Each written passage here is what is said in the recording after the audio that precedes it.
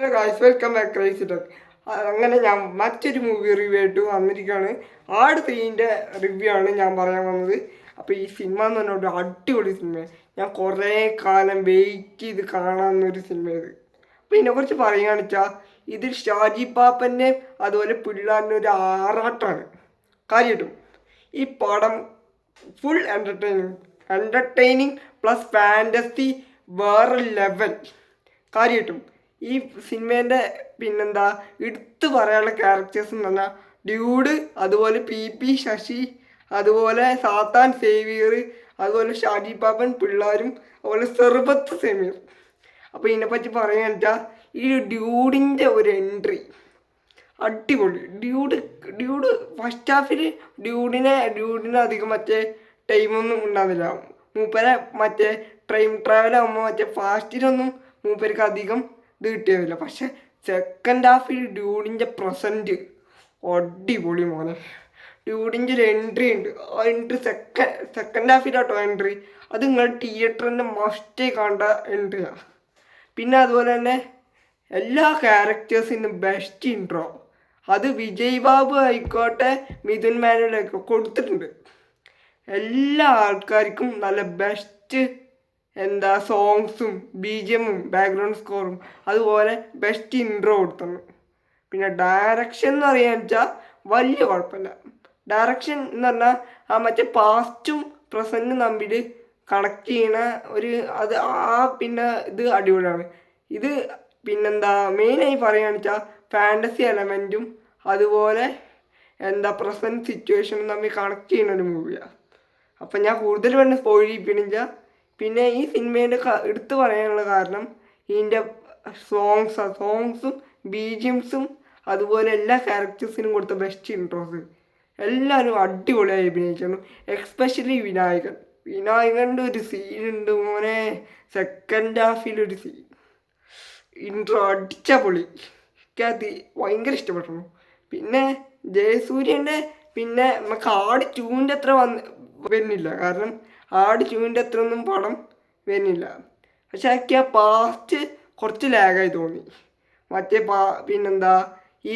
ഈ train travel ആകുമ്പോൾ ഈ മുന്നേറുന്ന കാര്യങ്ങളൊക്കെ കുറച്ച് ഒരു ലാഗായി. പക്ഷേ മറ്റേ ഷാജി പാപ്പനും പിള്ളേരും പിന്നെ അതുപോലെ തന്നെ ഡ്യൂഡും സാത്താൻ സേവിയറും അടിപൊളി. സാത്താൻ സേവിയറിനെ പറ്റി പറഞ്ഞാൽ മൂപ്പര് ആട് 2ൻ്റെ അത്ര വലിയൊരു റോളിൽ കിട്ടിയില്ല. പക്ഷെ എന്നാലും മൂപ്പര പാസ്റ്റും അതുപോലെ പ്രസൻറ്റും ഉള്ള റോള് ചെയ്തോണ്ട് സണ്ണി വെയിന്. പിന്നെ സാത്താൻ സേവിയറിന് അധികം മറ്റേ ടൈമും കിട്ടിയിട്ടില്ല. സാത്താൻ സേവിയറിന് അധികം ഒരു ടൈം കിട്ടിയിട്ടില്ല. പിന്നെ എടുത്തു പറയാനുള്ളത് ഷാജി പാപ്പൻ അടിപൊളി ക്യാരക്ടർ. പക്ഷേ എന്നാലും ആട് 2ൻ്റെ അത്ര ഒരു സാറ്റിസ്ഫാക്ഷൻ കിട്ടിയില്ല. എന്തായാലും പടം അവസാനിക്കുമ്പോൾ നല്ല ഒരു എൻഡുമാണ്. അതുപോലെ നമുക്ക് ഫ്യൂച്ചറും അതുപോലെ പ്രസൻറ്റും പാസ്റ്റും ഇതൊക്കെ കണക്ട് ചെയ്യുന്നുണ്ട്. അപ്പോൾ എന്തായാലും കണ്ട ആൾക്ക് ഇത് മനസ്സിലാവും. വൺ ടൈം വാച്ച് ഇവിടെ ഈ പടം. അതുപോലെ തന്നെ ഈ പടം പെട്ടെന്ന് കണക്റ്റ് ആവും. നമുക്ക് പെട്ടെന്ന് മനസ്സിലാവും ചെയ്യും ഈ പടം.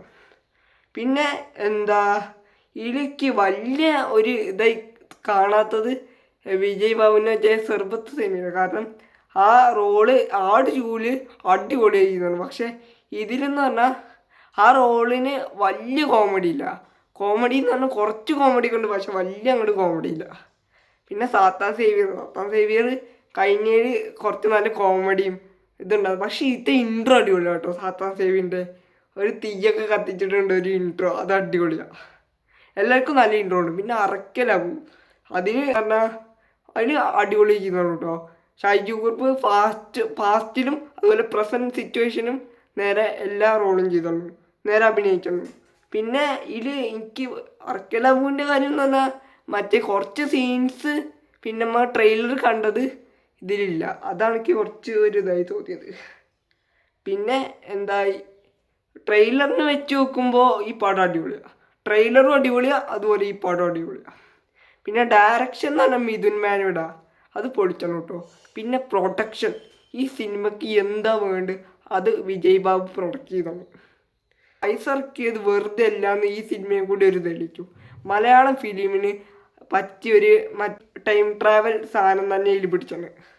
പിന്നെ ആട് ചൂൻ്റെ അത്രയും പടം വരില്ല. ആട് ചൂന്ന് പറഞ്ഞാൽ ടിപ്പിക്കലി ഒരു പിന്നെന്താ ഒരു ആക്ഷൻ കോമഡി സാധനമാണ്. ഇത് ഫാൻറ്റസി അതുപോലെ കോമഡി. ആക്ഷൻ എന്ന് പറഞ്ഞാൽ അധികമല്ല.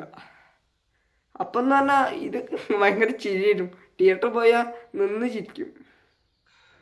അല്ലാതെ കോസ്റ്റ്യൂംസും ഇതൊക്കെ അടിപൊളിയാട്ടോ. കോസ്റ്റ്യൂമും അതുപോലെ ആ മറ്റേ ക്യാമറ ആംഗിളും അതുപോലെ ആ മറ്റേ കോസ്റ്റ്യൂംസിൻ്റെ കൂടെ ആ BGMസും ഒക്കെ അടിപൊളിയാണ്. പിന്നെ നല്ല മേക്കിങ്സിലെടുത്താണ് കേട്ടോ. അടിപൊളി മേക്കിങ്സ് എനിക്ക് ഇഷ്ടപ്പെട്ടു. പിന്നെ പ്രത്യേകിച്ച് മറ്റേ ആട് 3 പിന്നെ ലാസ്റ്റ് കുറച്ച് പോർഷൻസ് ഉണ്ട്, അതൊക്കെ അടിപൊളിയായി മേക്ക് ചെയ്തോളൂ.